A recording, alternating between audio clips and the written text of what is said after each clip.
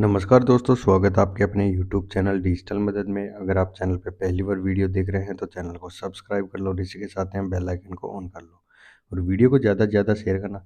इसी के साथ में आप टेलीग्राम चैनल को भी ज्वाइन कर सकते हो, जिसका लिंक नीचे डिस्क्रिप्शन में डाल रखा है। वहाँ से आपको जो भी लेटेस्ट वैकेंसी के अपडेट आते हैं तो वो आप वहाँ से प्राप्त कर सकते हो। तो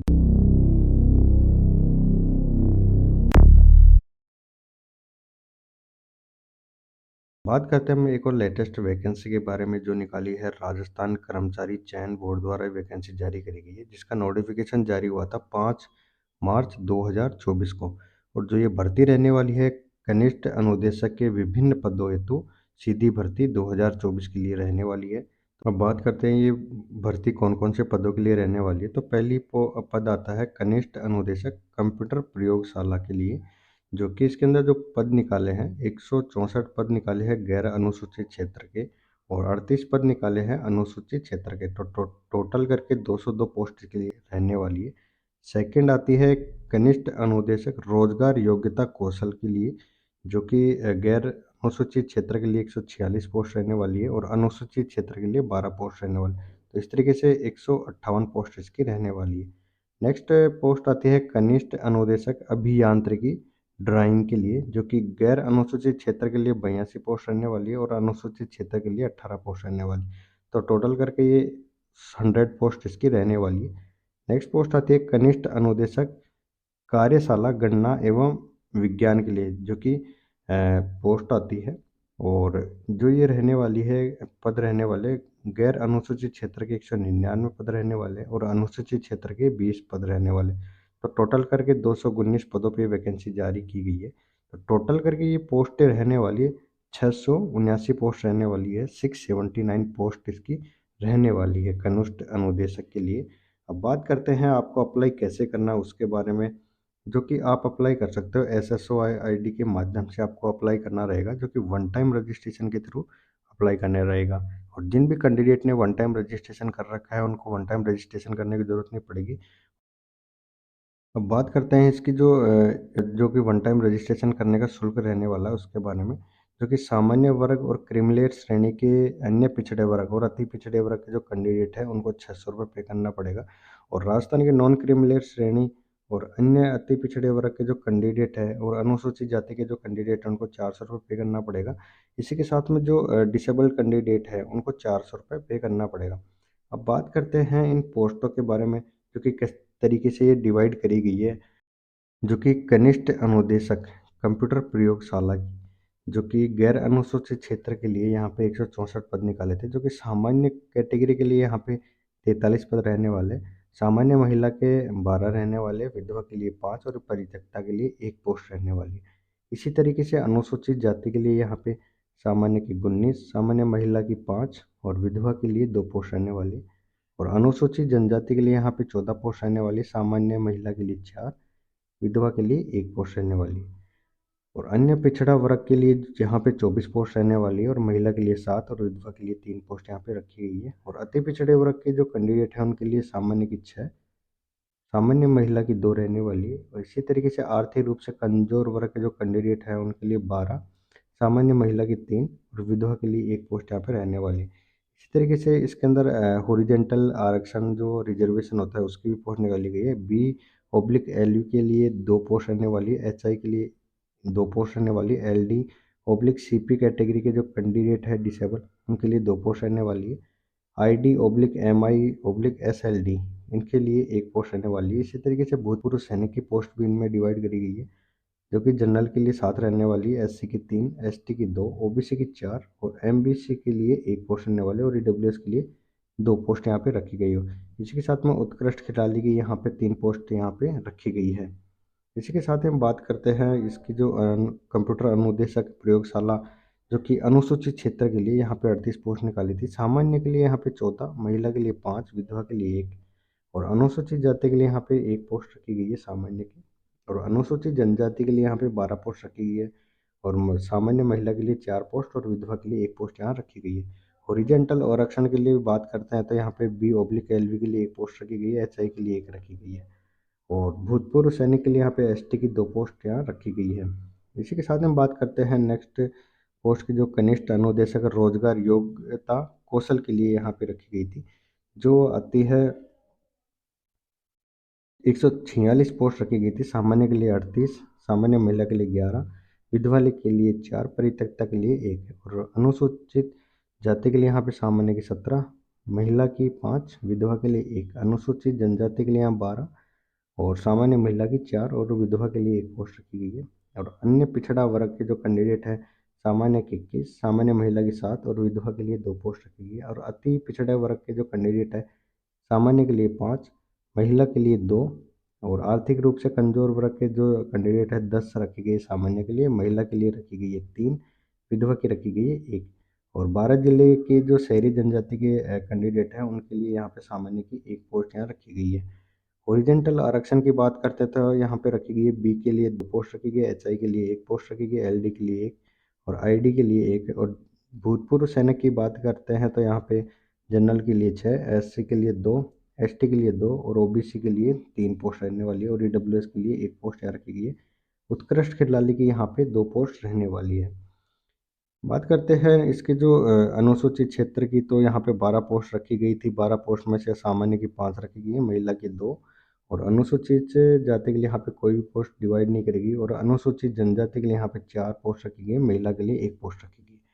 आरक्षण के लिए यहाँ पे भी कोई पोस्ट डिसेबल जो कैंडिडेट है उनके लिए कोई भी पोस्ट नहीं रखी गई है। इसी के साथ में आती है कनिष्ठ अनुदेशक पद के लिए और यहाँ पे 82 पोस्ट निकाली गई थी, जो कि सामान्य के लिए यहाँ पे 22 पोस्ट रहने वाली है, महिला के लिए 7 और विधवा के लिए 2। अनुसूचित जनजाति के लिए 10 पोस्ट रखी गई है, महिला के लिए 2 और विधवा के लिए 1 पोस्ट रखी गई है। अनुसूचित जनजाति के लिए सामान्य के लिए 7 और महिला के लिए 2 पोस्ट है। अन्य पिछड़े वर्ग के कैंडिडेट हैं उनके लिए 12, महिला के लिए 4 और विधवा के लिए 1 पोस्ट रखी गई। अति पिछड़ा वर्ग के जो कैंडिडेट है, सामान्य के लिए 3, सामान्य महिला के लिए 1 पोस्ट रखी गई। आर्थिक रूप से कमजोर वर्ग के जो कैंडिडेट है, सामान्य के लिए 6, सामान्य महिला की 2 पोस्ट रखी गई है। हॉरिजेंटल आरक्षण के लिए बात करते थे, यहाँ पे 1 पोस्ट रखी गई है बी के लिए, एचआई के लिए 1 और एलडी के लिए 1 और भूतपूर्व सैनिक की बात करते हैं तो यहाँ पे जनरल की 3, एससी के लिए यहाँ पे 1, एसटी की 1, ओबीसी की 2 और ईडब्ल्यूएस की 1। तो इस तरीके से पोस्ट रखी गई है और उत्कृष्ट खिलाड़ी की यहाँ पे 1 पोस्ट रखी गई है। इसी के साथ में बात करते हैं इसके अनुसूचित क्षेत्र की, जो कि 18 पोस्ट डिवाइड करी गई थी। सामान्य के लिए 7 और महिला के लिए 2, विधवा के लिए 1 और अनुसूचित जाति के लिए यहाँ पे कोई भी सीट नहीं रखी गई और अनुसूचित जनजाति के लिए यहाँ पे सामान्य की 6, सामान्य महिला की 2 पोस्टें रखी गई है। ओरिजेंटल आरक्षण के लिए भी यहाँ पे सीटें रखी गई है, जो कि भूतपूर्व सैनिक के लिए रहने वाले, जनरल की 1, एसटी के लिए 1, ये सीटें रहने वाली हैं। इसी तरीके से कनिष्ठ अनुदेशक यानी वर्कशॉप एंड कैलकुलेशन के लिए यहाँ पे जो पोस्ट रखी गई है कार्यशाला एवं गणना विज्ञान के लिए, जो कि 199 पोस्ट रहने वाली है। उनका डिवाइडेशन सामान्य के लिए 50, सामान्य महिला की 14, विधवा के लिए 6 और परित्यक्ता के लिए 1 रखी गई। सामान्य अनुसूचित जनजाति के लिए 23 रखी गई है, सामान्य की, महिला के लिए 7, विधवा की 2। अनुसूचित जनजाति के लिए यहाँ पे 17 पोस्ट रखी गई, सामान्य, महिला के लिए 5, विधवा के लिए 2। अन्य पिछड़े वर्ग के जो कैंडिडेट है, सामान्य के लिए 29, सामान्य महिला की 9 और विधवा के लिए 3। अति पिछड़ा वर्ग के जो कैंडिडेट है, सामान्य के लिए 7, महिला के लिए 2, विधवा के लिए 1 रखी गई। आर्थिक रूप से कमजोर वर्ग के जो कैंडिडेट है, सामान्य के लिए 15, महिला के लिए 4 और विधवा के लिए 1 पोस्ट रखी गई है। 12 जिले के जो शहरी जाति के जो कैंडिडेट हैं उनके लिए 1 पोस्ट यहाँ पे रखी गई है।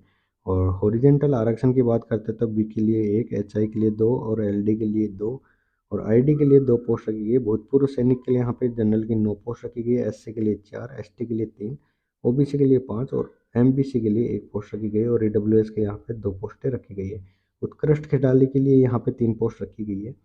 इसी तरीके से बात करते हैं अनुसूचित क्षेत्र की, जो कि 20 पोस्ट रखी गई थी, जो कि सामान्य के लिए 8, महिला की 2, विधवा के लिए 1 और इसी तरीके से अनुसूचित जनजाति के लिए यहाँ पे 1 पोस्ट रखी गई है, सामान्य की। और अनुसूचित जनजाति के लिए बात करते हैं तो यहाँ पे महिला की रखी गई है 2 और सामान्य के लिए रखी गई है 1, 6 पोस्टें।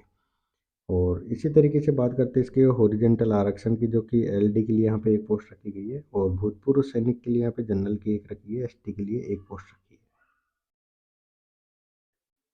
अब बात करते हैं इनके वेतन की, जो कि इसका पे मैट्रिक लेवल L10 के हिसाब से निर्धारित किया गया है, और जो कि इसको रेगुलर ट्रेनिंग के बाद में जो रेगुलर बेस पे जो पेमेंट दिया जाएगा वो इनका फिक्स रहने वाला है।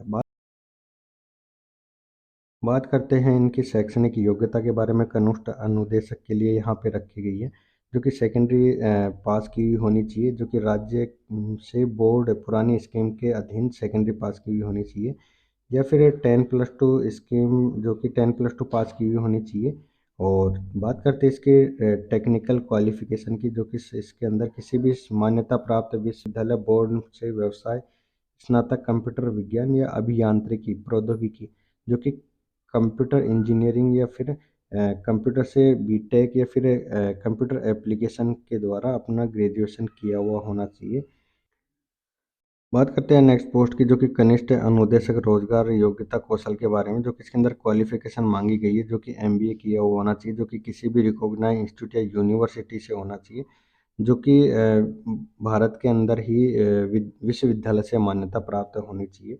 और नेक्स्ट पोस्ट की बात करते हैं तो इसके अंदर जो आती है कनिष्ठ अनुदेशक अभियांत्रिकी ड्राइंग के लिए, जो कि इसकी शैक्षणिक योग्यता रखी गई है भौतिक शास्त्र या रासायनिक शास्त्र यानी फिजिक्स केमिस्ट्री या फिर मैथ के अंदर सीनियर सेकेंडरी की हुई होनी चाहिए। और टेक्निकली क्वालिफिकेशन की बात करते हैं तो इसके अंदर किसी भी रिकॉग्नाइज इंस्टीट्यूट या यूनिवर्सिटी से मैकेनिकल में डिग्री की हुई होनी चाहिए। और इसी के साथ में या तो फिर 3 साल का आपका डिप्लोमा किया हुआ होना चाहिए किसी भी रिकॉग्नाइज इंस्टीट्यूट या यूनिवर्सिटी से।